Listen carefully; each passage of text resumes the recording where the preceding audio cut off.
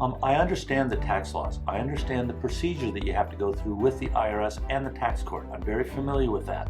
What I'll do is, in order to prepare for the audit, make sure that we organize all your documents, input everything into a QuickBooks accounting program, and make a good presentation to the IRS. This tax law firm has two different divisions. Our first division is our accounting and bookkeeping division.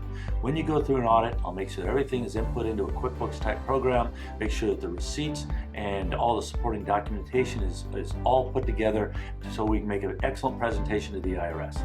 In addition to the accounting and the bookkeeping department, we also have the legal department.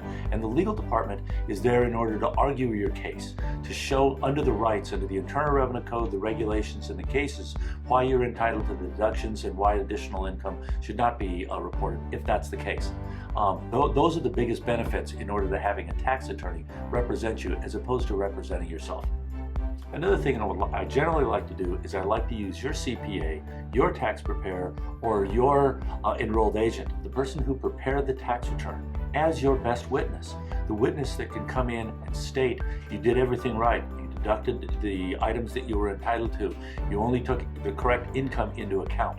I want to use them as a witness, but you can't use those people as a witness if you have them representing you before the IRS, because they then move from an impartial witness that could really help you to an argumentative advocate. An important thing in deciding who you want to represent you is, in the event you were ever charged with a crime for any matter, you would always have an attorney come in and represent you because he's familiar with the case, he can negotiate, all those type of things. That's what you want in a representation before the IRS on a tax audit. You need an advocate that can come in and argue your case, that's familiar with the tax law, familiar with the procedures, familiar with all those type of things.